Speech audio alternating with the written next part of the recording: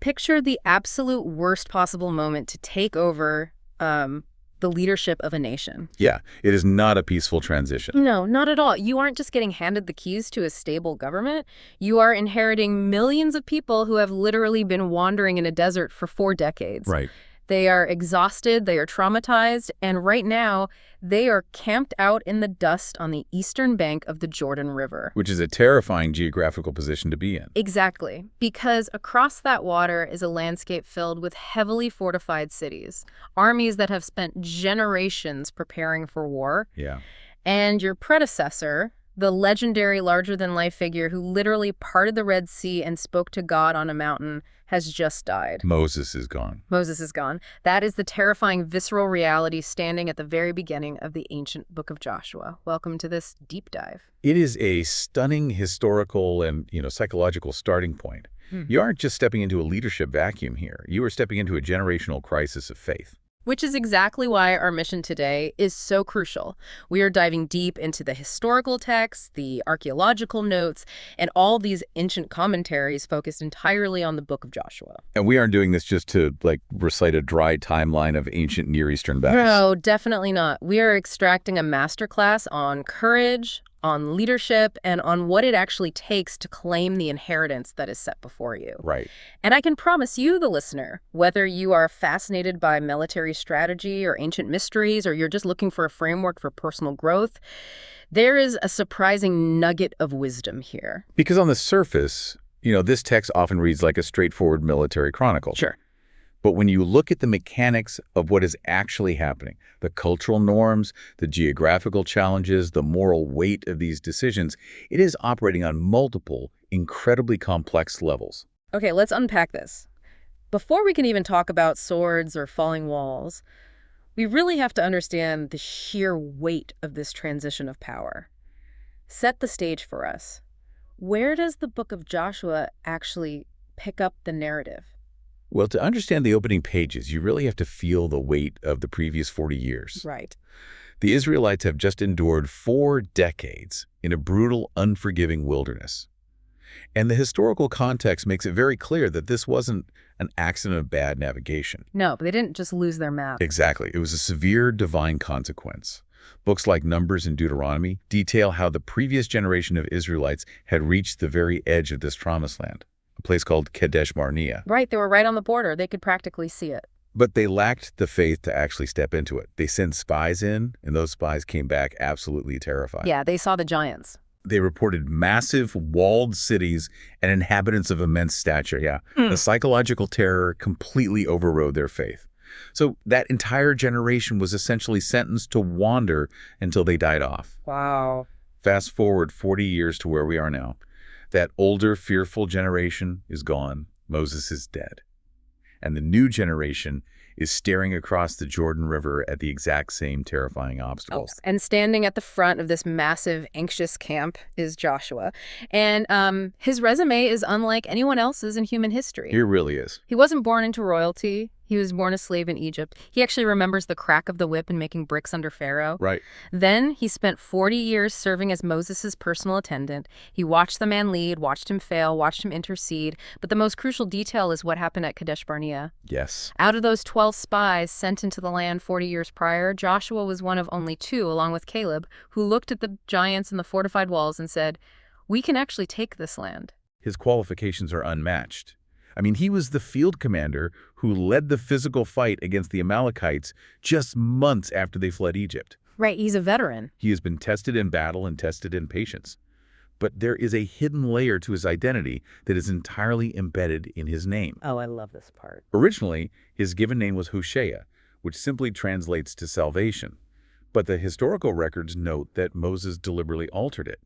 He changed it to Yehoshua, which shifts the meaning entirely. It means YHWH is salvation, or God saves. And I was reading through the linguistic notes on this, and the connection to the Greek translation absolutely blew my mind. If you take the Hebrew name Yehoshua and translate it directly into Greek, what do you get? You get the name Iusus, which translates into English as Jesus. Precisely. Joshua is literally the Old Testament namesake of Jesus, and the theological mechanics at play here are deeply intentional. Well, in the ancient texts, Joshua is commissioned to lead his people into their promised physical inheritance, a land of rest after wandering. In the New Testament framework, Jesus is presented as the greater Joshua, leading humanity into an ultimate eternal inheritance and spiritual rest. The parallels are structural to the whole narrative. Exactly. It's foundational. That completely reframes his identity. So let's look at how he is actually commissioned in chapter 1. Moses is dead. The mantle drops onto Joshua's shoulders. And in this opening dialogue, God speaks to Joshua and gives him a specific command 3 separate times. He says, "Be strong and courageous." Right. Now, when I read that, I didn't see a triumphant general. I saw a man who was quietly terrified. You don't tell someone to be strong and courageous 3 times unless the knees are shaking. It's like taking over a massive failing family business right after the legendary founder suddenly dies. The pressure is astronomical. You have to consider the psychological burden. He is taking over an incredibly volatile population.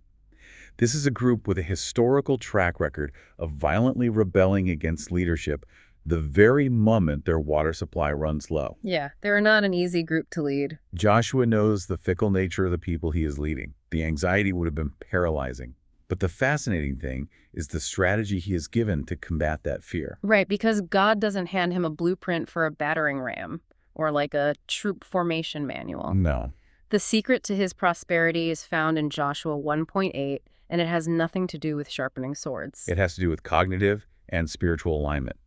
He is told that his success will come from meditating on the book of the law day and night and being careful to do everything written in it. And that word meditate doesn't mean just sitting quietly, right?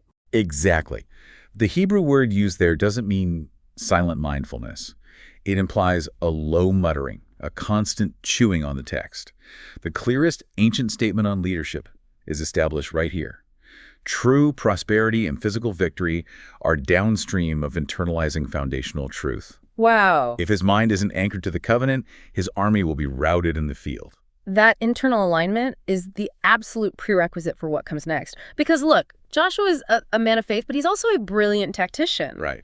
Before he moves 2 million people across a river into hostile territory, he needs actionable intelligence. Naturally. So he sends 2 spies across the Jordan into the most heavily fortified stronghold in the region, which is the city of Jericho.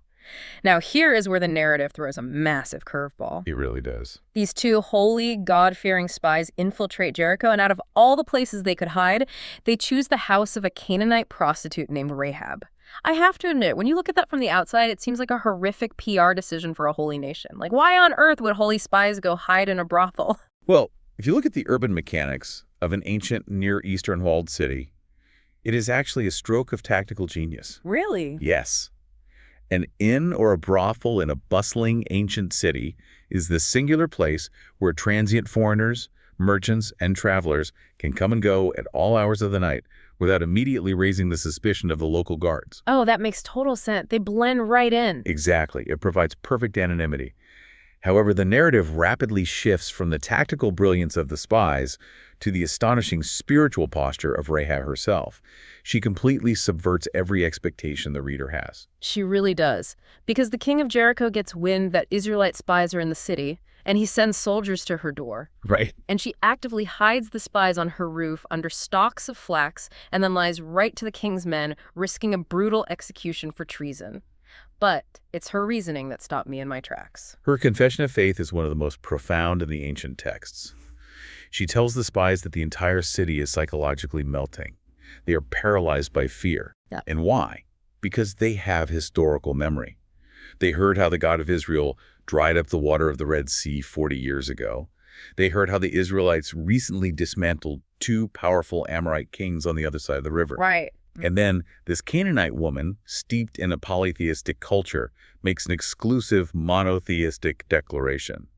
She says, "The Lord your God, He is God in heaven above and on the earth beneath." It's incredible. She recognizes the absolute sovereignty of God with more clarity than the Israelites themselves possessed for most of their journey. Absolutely. And to secure her family's safety from the impending invasion, the spies give her a very specific physical instruction. They tell her to hang a scarlet cord in her window. The promise is that as long as she and her family are inside that specific house, with the red cord marking the window, they will survive the destruction of the city. The visual theology here is unmistakable. That scarlet cord ties directly back to the foundational trauma and deliverance of the Israelite people, which is the Passover in Egypt. Oh, wow, yeah. 40 years prior, the Israelites painted the blood of a lamb on their doorposts so that the judgment of God would pass over their homes. The scarlet cord functions as the exact same mechanism. It is a symbol of deliverance procured by faith. Rahab applied the symbol, trusting the promise of a God she had only heard about in stories. And the historical ripple effect of that one act of faith is staggering. I mean, this isn't just a story about a woman surviving a siege. No. She doesn't just live. She is completely woven into the fabric of Israel.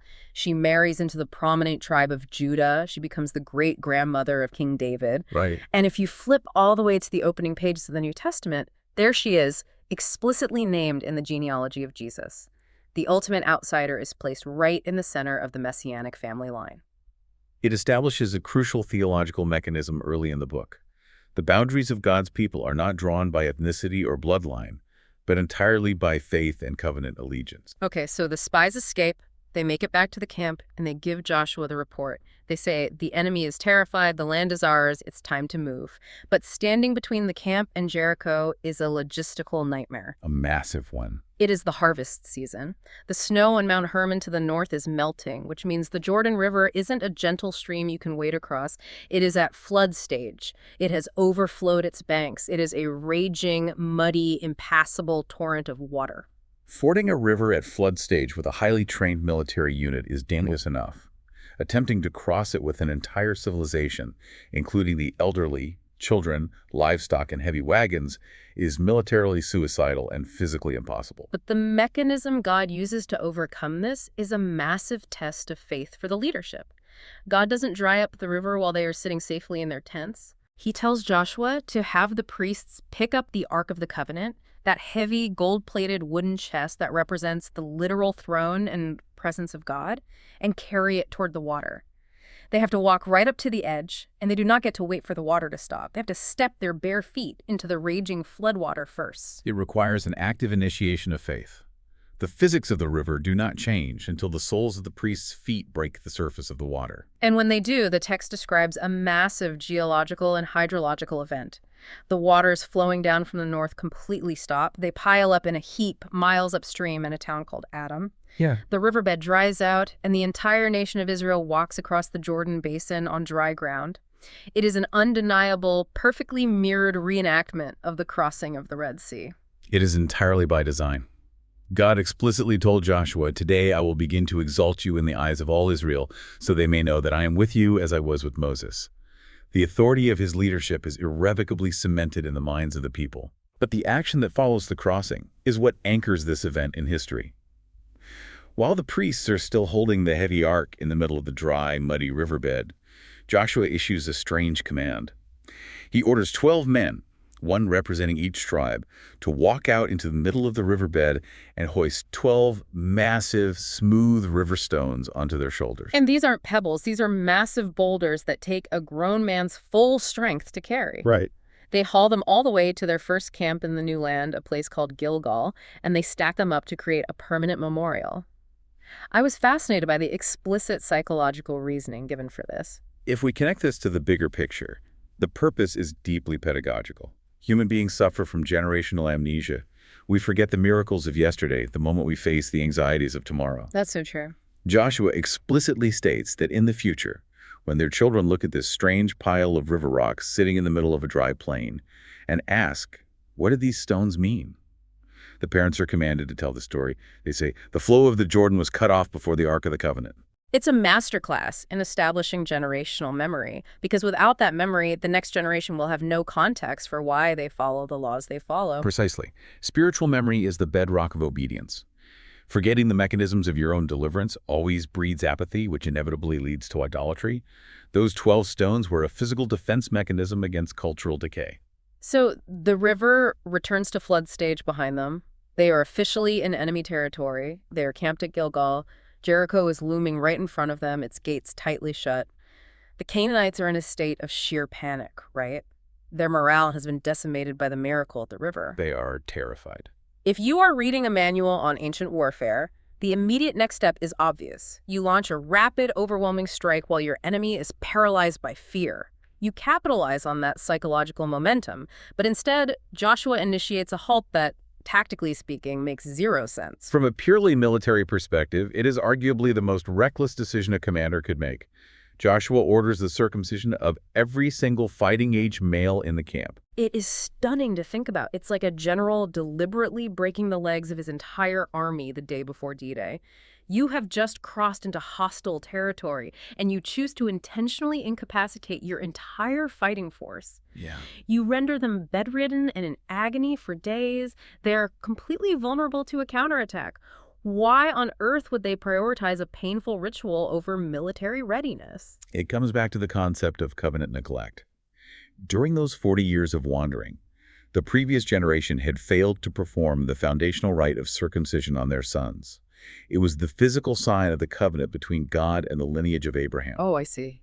By ordering this halt at Gilgal, God is forcing a massive paradigm shift. Yeah. He is teaching this new generation a non-negotiable reality about how this conquest will work. Their spiritual preparation is infinitely more important than their physical readiness. That completely amends how we think about preparation. It does. It demonstrates that their victory in Canaan will not be secured by their superior tactics, the sharpness of their bronze swords, or the strength of their infantry. It will be entirely contingent upon their covenant obedience. They fundamentally could not fight for God until they were properly aligned with God. So the vulnerability was actually the point. Exactly. It Yeah. forced them to rely entirely on divine protection rather than their own strength. And during this period of vulnerability and recovery at Gilgal, they celebrate the Passover. It's their first time observing it in the land they were promised centuries ago. Right. And the very next day, a profound economic and physical transition occurs. The manna, the miraculous, flaky bread from heaven that had sustained them every single morning in the barren wilderness for 40 years, abruptly stops falling. It marks the end of their absolute infantile dependence. They finally eat the roasted grain and the actual produce of the Promised Land. The era of the wilderness is definitively closed. But the tension is still thick. The conquest hasn't actually begun. Joshua is out scouting the perimeter of Jericho, likely agonizing over how to breach these legendary impenetrable walls. And while he is entirely alone, he experiences one of the most mysterious encounters in the entire historical record. It's a fascinating moment. He looks up and sees a man standing opposite him with a sword drawn in his hand. Joshua, who is fiercely protective and incredibly brave, walks straight up to him and demands an answer. He says, "Are you for us or for our adversaries?" It is the ultimate binary question of a military commander. Friend or foe? Whose side are you on? But the response he receives shatters that binary framework. The figure simply replies no. That single word is so powerful. No, I'm not on your side and I'm not on their side. He continues, "But as commander of the army of the Lord, I have now come." And then he gives Joshua the exact same command God gave Moses at the burning bush. "Take off your sandals from your feet, for the place where you are standing is holy." What's fascinating here is this detail. In theological terms, this isn't just an angelic messenger. Angels in the biblical text explicitly reject human worship. This figure accepts Joshua's worship. The historical commentaries overwhelmingly identify this as a theophany, a physical, pre-incarnate appearance of the divine, specifically Christ himself. So how does that encounter fundamentally alter Joshua's psychology moving forward? It strips him of his ultimate authority. Joshua realizes in that terrifying moment that God didn't show up to take Joshua's side in Joshua's war. God showed up to take absolute command. Right. Joshua is instantly demoted from commander-in-chief to second-in-command. It is a severe lesson in humility. It changes the entire posture of the conquest. Which is really the only logical explanation for why a seasoned military general would ever agree to the battle plan he has given for Jericho, because the strategy is absurd. And completely unconventional. They are facing a massively fortified, walled city. A standard ancient Near Eastern siege involved building massive earthen ramps, utilizing heavy battering rams to breach the gates, or cutting off the water and food supply to starve the inhabitants out over months or years. God bypasses all standard siege mechanics. He gives orders that are essentially psychological theater and spiritual ritual. The armed men are commanded to march around the perimeter of the city once a day for 6 days. But they are under strict orders of absolute silence. Not a single word, not a single war cry. Just footsteps. Exactly. The only sound allowed is the blowing of ram's horns by 7 priests who are walking directly in front of the Ark of the Covenant. Put yourself in the shoes of a Jericho guard standing on that wall. You expect arrows, you expect screaming. Instead, you get tens of thousands of armed men walking in eerie, synchronized silence, led by a golden box and the mournful blast of horns, day after day. The psychological terror of that silence would be deafening. And then the climax on the seventh day, they don't march once, they march around the city 7 times. On the final lap, the priests blow a long, sustained blast, and Joshua commands the entire army to finally break their silence and shout. And the physical result is immediate. The massive walls of Jericho collapse outward, falling flat. The Israelites charge straight in, completely unimpeded, and take the city. It's just unbelievable. The mechanics of this victory are entirely theological. By removing human agency from the actual breach of the walls, God ensures the victory is undeniably recognized as divine intervention. The Israelite army could never boast that their engineering or their brute strength brought down Jericho. Right. Furthermore, the positioning is key. The Ark of the Covenant leads the march. It is God himself going before the people into the battle. But there is a massive legal caveat attached to this victory. Before the walls even fall, Joshua issues a terrifyingly strict directive to the entire army regarding the plunder. In ancient warfare, looting a conquered city was how an army was paid, right? Yes, that was standard practice. But Joshua institutes the concept of the Herem. The entire city and everything in it is devoted to destruction. No soldier is allowed to take a single piece of loot for their own tent. The Herem is a complex, ancient, legal, and theological construct. You have to view it through the lens of the first fruits. Because Jericho is the very first city conquered in this new land, it acts as the initial harvest of the conquest. Okay. In ancient covenant law, the first fruits of any harvest do not belong to the farmer. They belong entirely and exclusively to God. Therefore, all the precious metals, the silver, the gold, the bronze, and the iron, are consecrated. They are taken directly into the Lord's treasury. Everything else is to be burned. It is an act of total consecration. So taking anything would be a huge violation. Exactly. Anyone who enriches themselves from this specific victory is essentially stealing directly from God. And that rigid boundary sets the stage for a devastating tragedy. Israel is flying incredibly high. They just watched the impenetrable walls of Jericho crumble. The psychological high of that victory creates a dangerous blind spot. It does. Their next target is a tiny, seemingly insignificant city up in the hill country called Ai. Joshua sends spies to scout it out, and the spies come back oozing with arrogance. They tell Joshua, don't even bother tiring out the whole army. Just send 2,000 or 3,000 men. It's a tiny outpost. We'll roll right over them. They fall victim to profound hubris. They assume the miraculous power that brought down Jericho is an inherent trait of their own army, rather than a conditional grace dependent on obedience. So Joshua sends 3,000 men, and it is a bloodbath. It is a complete and absolute rout. The men of Ai pour out of their city and chase the Israelites down the descent, striking them down. 36 Israelite soldiers are killed in the retreat. It's their first military defeat, and the psychological whiplash is catastrophic. The text notes that the hearts of the people melted and became like water. All that courage God commanded in chapter 1 evaporates in an afternoon. Joshua is utterly distraught. He falls face down in the dust before the Ark of the Covenant, tearing his clothes. He essentially accuses God of abandoning them, crying out, "Why did you bring us across the Jordan just to let the Amorites destroy us?" And God's response to Joshua's despair is shockingly abrupt and honestly unsympathetic. God essentially tells him to get up off the ground. He says, Israel has sinned. They have transgressed my covenant. They've taken some of the devoted things. They have stolen and lied. This blew my mind when I read it carefully. God says Israel has sinned. He indicts the entire nation. But it wasn't the whole nation that looted Jericho, was it? No. Through a methodical process of elimination by casting lots, the guilt is traced back to one single individual, a soldier named Achan from the tribe of Judah. When you look at Achan's confession, the psychology of his theft is fascinating and honestly deeply pathetic. During the chaos of the victory at Jericho, he sees a beautiful imported Babylonian garment. He sees 200 shekels of silver. He sees a wedge of gold weighing 50 shekels. He covets them, he takes them, and he literally digs a hole under his tent and buries them in the dirt. The profound irony of his crime is that he stole items of immense cosmopolitan status and wealth, but because they were stolen under the ban of the Herem, he could never wear the garment in public, and he could never spend the silver in the marketplace. He ruined himself for buried dirt. But the most difficult concept for a modern mind to grasp here is why the entire army was routed, and 36 innocent men died. because of one man's hidden treasure. It's a foreign concept to us. Yeah, in our highly individualized society, we think Achan sinned, punish Ochan. But ancient cultures operated on a totally different wavelength. It reminds me of how a severe infection works in the human body. How so? If you get a tiny, localized, microscopic infection in a cut on your toe, the infection doesn't politely stay in your toe. Your immune system crashes, your entire body runs a debilitating fever, you feel lethargic, your brain gets foggy, the entire organism suffers intensely because of one hidden, localized corruption. That is the exact mechanism of corporate solidarity in the ancient Near East.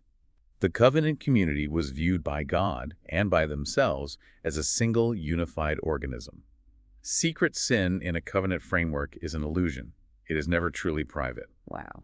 Achan assumed his buried loot only concerned his own household, but its spiritual corruption breached the entire nation's covenant protection. They were treated as one body. And the extraction of that infection is brutal. Achan, his family, who were complicit in hiding the goods, and all the stolen items are taken to a valley. They are exposed, confessed, and executed, and a massive pile of rocks is raised over them. They name the place the Valley of Achor, which literally means trouble. It is a severe, sobering demonstration of the holiness of God. But notice the immediate operational shift once the corruption is purged. The turnaround is instantaneous. With the covenant restored, God gives Joshua the green light to attack Ai again. But this time, God dictates a brilliant military strategy. Yeah, they don't just march up to the gates. No, it isn't a frontal assault. It's a massive, multi-tiered deceptive ambush. Joshua takes the main army and draws the forces of Ai out of their city by feigning a retreat, mimicking their previous defeat. Meanwhile, a massive contingent of Israelite soldiers hiding behind the city rushes in through the open, undefended gates and sets the city on fire. It's brilliant. The army of Ai is caught completely in the open, trapped between two forces. It is a total tactical victory. And what Joshua does immediately following this victory is so telling. They are deep in enemy territory, they have momentum, but he halts the military campaign again. He marches the entire nation north to a place called Mount Ebal. He builds an altar out of uncut stones, and they hold a massive ceremony renewing the covenant exactly as Moses had commanded them to do years before. Half the nation stands on Mount Ebal, half on Mount Gerizim, and they recite all the blessings of obedience and the curses of disobedience. They're basically realigning their compass. That realignment is critical because the geopolitical landscape of Canaan is rapidly destabilizing. Word of the total annihilation of Jericho and Ai spreads like wildfire across the region. The Canaanite kings realize the existential threat Israel poses, and they begin forming massive, unified military coalitions to crush them. Yeah, they're gearing up for war. But one particular group, the inhabitants of Gibeon, calculates the odds and realizes they cannot win a conventional war. So they deploy a strategy of pure, elaborate deception. This is honestly one of the most entertaining and baffling stories in the historical text. The Gibeonites actually live relatively close to the Israelite camp, but they devise a brilliant theatrical performance. It's so elaborate. They dress their ambassadors in worn-out, heavily patched clothes and ragged, crumbling sandals. They load their donkeys with old, cracked, and mended wineskins. And the crowning touch, they pack incredibly moldy, dry, crumbling bread as their provisions. It's just brilliant. They walk into the Israelite camp at Gilgal and put on a masterclass in manipulation. They say, "We have traveled from a very, very distant country because we have heard of the fame of the Lord your God. Look at our bread. It was hot out of the oven when we packed it. Look at our clothes, completely worn out from the agonizing length of our journey. We pose no threat to you. Please swear a peace treaty with us." It is an incredibly sophisticated intelligence operation. But the tragedy of the moment hinges on a single, devastating sentence in the text. Joshua 9.14 explicitly states the fatal flaw. The men partook of their provisions and did not ask counsel from the Lord. Oh man, it is the ultimate failure of cognitive bias. Joshua looks at the moldy bread. He touches the cracked leather of the wineskins. He trusts his own empirical senses and his own logical deductions, completely, entirely bypassing the divine counsel he was commanded to rely on. By leaning on his own understanding, he falls right into the trap. Joshua and the leaders swear a binding, sacred oath of peace with them. 3 days later, the illusion shatters. The Israelites march forward and discover that the Gibeonites are actually their immediate neighbors. They have been utterly played. Now, A lesser leader would have just slaughtered them for the deception and called the treaty void because it was based on fraud. But this reveals something profound about the ancient legal and spiritual framework. It reveals the absolute sanctity of an oath made in the name of God. Even though the premise of the treaty was entirely fraudulent, the oath itself was binding before God. Israel's leadership honors the treaty. They absorb the humiliation. They subject the Gibeonites to manual labor, making them woodcutters and water carriers for the congregation. But they refuse to break the vow and take their lives. God's demand for integrity overrides their desire for retaliation. And the consequences of keeping that oath escalate the conflict immediately. Because Gibeon, which is a major, heavily fortified city, has now allied itself with Israel, the surrounding kings are furious. A massive coalition of 5 Amorite kings marches their combined armies and lays siege to Gibeon to punish them for the defection. Right. The Gibeonites are trapped, and they send a desperate, frantic message to Joshua at Gilgal. They say, "Do not relax your hand from your servants. Come up to us quickly and save us." Joshua is presented with a highly convenient out here. He could have simply delayed his march, allowed the Amorite kings to wipe out the Gibeonites, and let his enemies destroy each other, thereby solving his treaty problem without lifting a sword. But his integrity holds. He honors the treaty.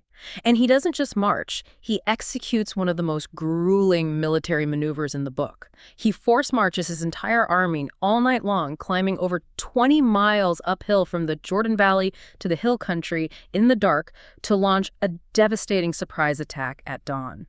The element of surprise is absolute, but the text makes it explicitly clear that the victory is driven by massive, cosmic divine intervention. As the Israelites crash into the Amorite camps, God throws the enemy armies into total panic and confusion. They just scatter. The coalition breaks and they flee down the pass of Beth Horon. And as they are running, the sky literally opens up. The historical record states that God cast down massive hailstones from heaven upon the fleeing armies. And it adds a staggering detail. More enemy soldiers died from the cosmic hailstones than were killed by the swords of the Israelites. And right in the middle of this chaotic, terrifying pursuit, we arrive at what is arguably the most mind-boggling astronomical anomaly recorded in ancient literature. Joshua is chasing down the enemy kings, but he is running out of daylight. If the sun goes down, the terrain will allow the Amorite armies to scatter, hide, and regroup to fight another day. He needs total victory right now. So standing on the battlefield in front of the entire army, Joshua prays an audacious, almost terrifying prayer. He looks at the sky and commands, "Sun, stand still at Gibeon, and moon in the Valley of Achor." And the text records a phenomenon that defies all conventional physics. It states that the sun stopped in the middle of the sky and delayed going down for about a full day. It explicitly notes that there has been no day like it before or since. Now, I have to stop here. For a modern reader, a literal sun standing still implies the rotation of the Earth completely halting, which would cause catastrophic planet-destroying inertia. I know there are a lot of theological debates about this. Some say it was a localized refraction of light. Others say it was purely poetic language for God giving them the strength to do 2 days of fighting in one. But I was looking at the notes on some of the scientific speculation regarding ancient catastrophe models, and the theories are absolutely wild. The field of archaeoastronomy and catastrophic modeling offers a fascinating, albeit controversial, physical mechanism for this event. Some researchers point to a theory known as the Mars polar pass. Okay, we have to unpack this. Walk me through the mechanics of how a planetary pass could cause the sun to appear to stand still. The theory posits that in ancient history, orbital resonance caused the planet Mars to experience a near-Earth flyby, coming within roughly 70,000 miles of our planet. To put that in perspective, an object of that mass passing that close would dominate the sky, appearing up to 50 times the size of the moon. That would be visually apocalyptic. It would. But the critical factor is gravity. The intense gravitational pull of a planetary body that close would interact violently with Earth. It would create massive, crust-disrupting land tides and severe global earthquakes.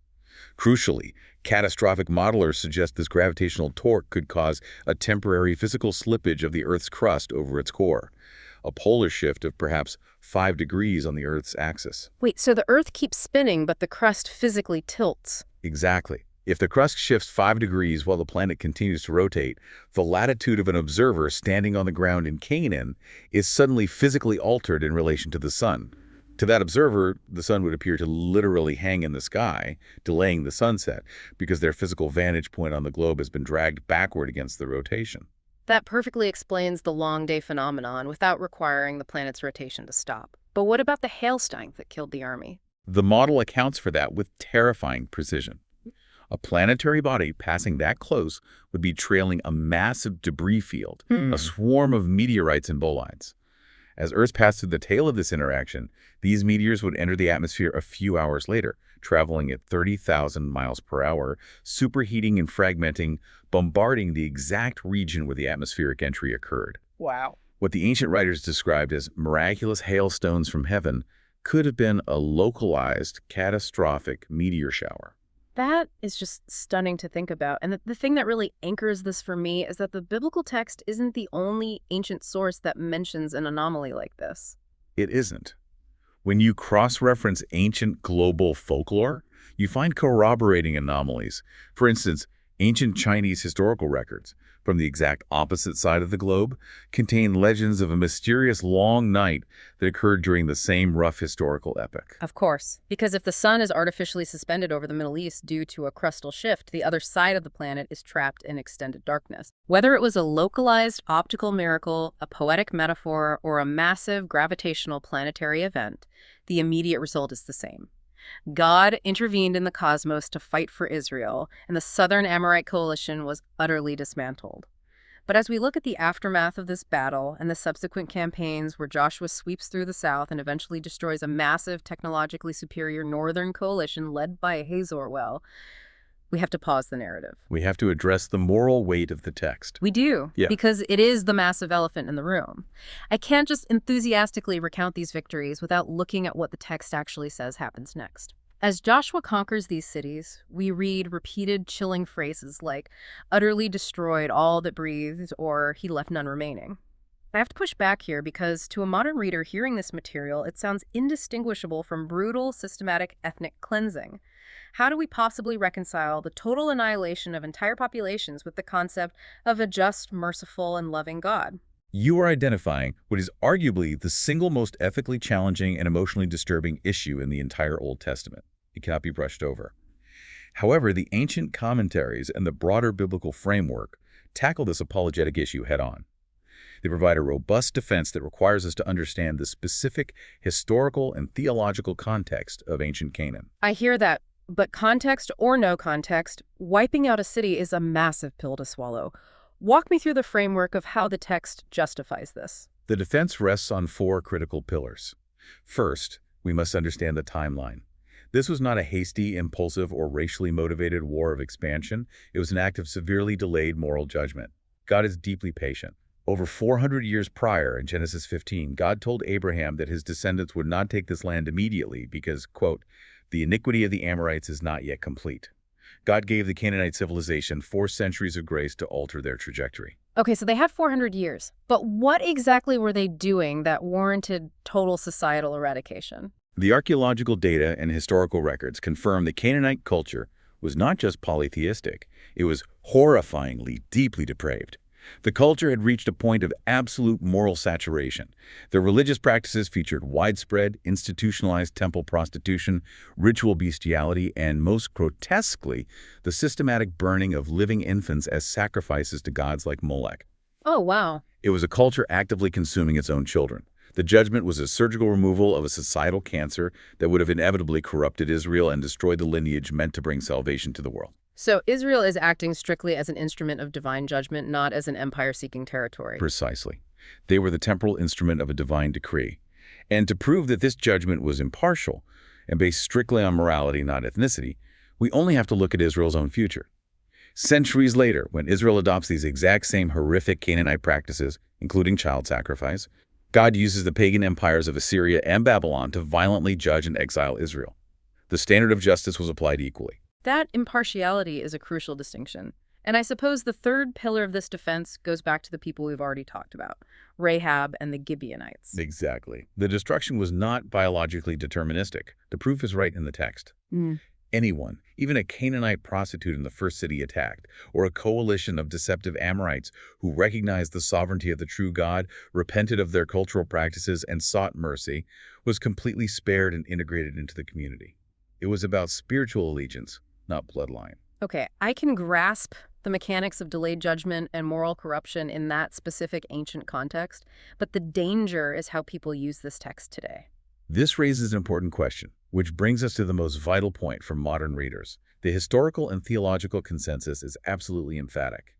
This specific, localized, and unrepeatable historical event is not a pattern, a precedent, or an excuse for modern believers or any modern nation to wage physical holy war. How do we know that for sure? Because of the ultimate fulfillment in the person of Jesus.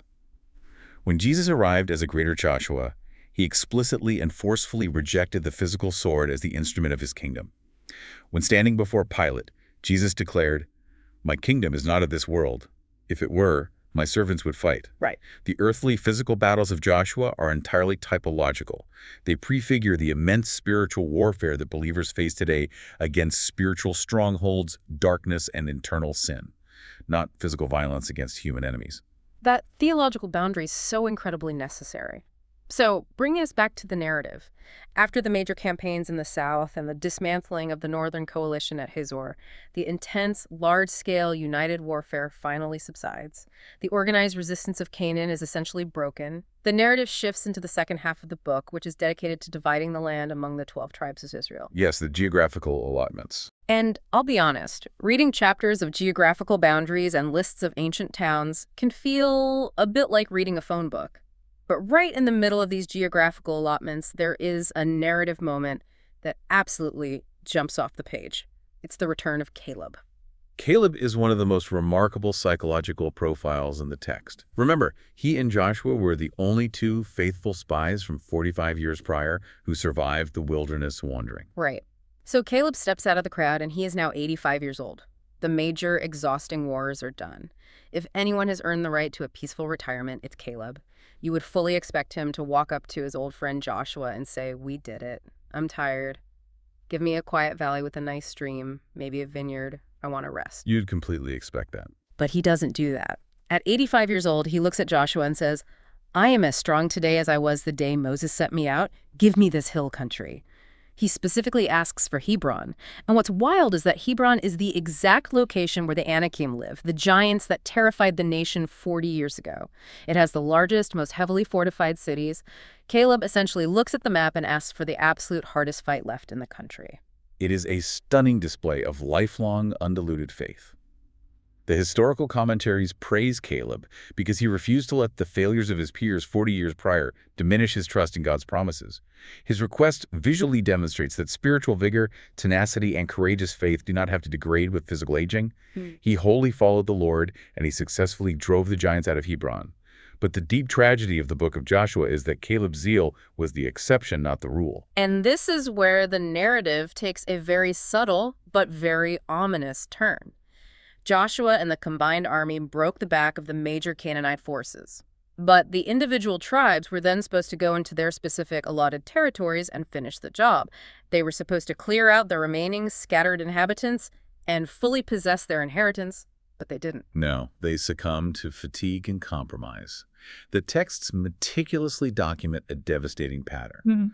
The tribes looked at certain valleys that were hard to conquer or cities that had iron chariots, and they decided it was too much effort. They got lazy. They chose the path of least resistance. Yeah. The records note that they deliberately failed to completely drive out the inhabitants in the coastal plains, leaving pockets of enemies in specific cities, most notably Gaza, Ashdod, and Gath. And when you connect the historical dots of leaving those specific cities unconquered, the future consequences are chilling. The consequences of partial obedience are staggering. By leaving pockets of the Rephaim, the genetic line of giants, in places like Gath, simply out of convenience or fear, they inadvertently planted the seeds of their own future terror. Because centuries later, during the reign of King Saul, a specific giant born in the city of Gath named Goliath would step out into the Valley of Elah and psychologically paralyze the entire army of Israel. It is a brutal, undeniable lesson. Partial obedience always breeds future giants. You simply cannot domesticate what God has commanded you to eliminate. The enemies you tolerate today because they seem small or manageable will become the exact strongholds that terrorize your children tomorrow. It is a law of spiritual compounding interest. And Joshua knows this. He sees the cracks forming in their resolve. Which brings us to the close of his life and the close of this deep dive. Joshua is now 110 years old. He knows his body is failing. He knows he is about to die. So he summons the entire nation, all the elders, the heads of tribes, the judges, the officers, and he gathers them at the ancient city of Shechem. And the geography here matters. Shechem is the exact location where Abraham built his very first altar when he arrived in Canaan centuries earlier. The historical gravity in the air would have been palpable. Joshua delivers his final, impassioned farewell address. And he is ruthless in his clarity. He doesn't offer them comfortable platitudes. He recounts their entire history, starting all the way back with Abraham being pulled out of a family of idol worshippers beyond the Euphrates. He traces the providence of God through the plagues of Egypt, the crossing of the Red Sea, the wilderness, and the victories over Jericho and the kings of Canaan. He repeatedly emphasizes that it was God's unseen hand, not their own swords or bows, that secured this land. And then, knowing their propensity for compromise, he lays out an absolute binary ultimatum. He tells them to put away the false gods that some of them are clearly still secretly harboring from Egypt and from the Amorites. He demands that they make a definitive public choice. He delivers one of the most famous lines in recorded history. "Choose this day whom you will serve. But as for me and my house, we will serve the Lord." It is a massive line drawn in the sand. And the people respond with overwhelming, almost naive enthusiasm. They shout, "Far be it from us that we should forsake the Lord. We will serve the Lord." But Joshua, knowing their hearts, actually pushes back. He challenges their glib commitment. He tells them, "You are not able to serve the Lord, for he is a holy God. He is a jealous God. He will not forgive your transgressions or your sins if you forsake him." He is basically telling them, you have no idea what you are promising. This isn't a casual club you're joining. It is an all-consuming covenant. But they insist, no, we will serve the Lord.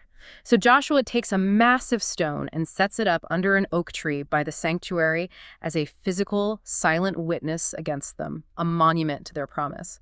Shortly after this, Joshua, the servant of the Lord, dies and is buried in his own inheritance in the hill country of Ephraim. It feels like a triumphant ending. But the historical texts force us to look at the tragic sequel that is already looming on the horizon. The book of Joshua closes with a statement that Israel served the Lord all the days of Joshua and all the days of the elders who outlived him. But if you turn the page to the very next historical record, the book of Judges, you are hit with a devastating shift. The text reveals a complete generational collapse. It states, "And there arose another generation after them who did not know the Lord or the work that he had done for Israel." Because those parents who crossed the Jordan failed to aggressively pass down the memory of those 12 stones, because they got comfortable in their conquered cities and failed to teach their children the mechanics of their deliverance, the very next generation plunged headlong into cultural assimilation and idol worship. That's heartbreaking. It initiated a brutal, agonizing 300-year cycle of anarchy, violent servitude, and societal chaos. The entire era is summarized by one of the most chilling phrases in antiquity. In those days, there was no king in Israel. Everyone did what was right in his own eyes. It is the ultimate proof that spiritual vitality and faith cannot be inherited biologically. It doesn't pass through DNA. Every single generation, every single individual has to cross the river and claim the faith for themselves, which brings the weight of this entire ancient text right back to you, the listener. We've spent this time covering epic battles, crumbling walls, suns standing still, and the deep, often uncomfortable moral weight of ancient history. But I want to pull this out of the ancient Near East and drop it right into the middle of your life today. Think about the Israelites getting exhausted, getting lazy, and choosing to leave those pockets of enemies in their land out of sheer convenience. Look at your own landscape. What is your unpossessed land? What small lingering compromises are you knowingly allowing to stay in your life right now? What hidden mindset, what toxic habit, what minor ethical shortcut are you ignoring simply because confronting it feels like too much effort, or because you think it's too small to matter? Because if the ancient mechanics of this text teach us anything, it's that you might not realize it, but that little compromise you are tolerating today is the exact breeding ground for the giant you are going to have to face tomorrow. The time to deal with Gath is before Goliath is born. Confront the compromise. Step into the water. Be strong and courageous and claim the inheritance that is waiting for you. Thank you for joining us on this deep dive. We'll catch you next time. Join us every week on The Story Behind Scripture, where we deep dive a book of the Bible or a unique lesson to see how the Word of God always points to the Son of God, Jesus Christ. If you'd like to read more about the stories behind Scripture, try Written in Fire, available on Amazon.com. It's the story of the destruction of Solomon's temple, told through the pages of the Bible and the voices of the prophets. The fire that destroyed the city and the temple did not end in ashes, but in a Messiah. Pick up Written in Fire on Amazon today.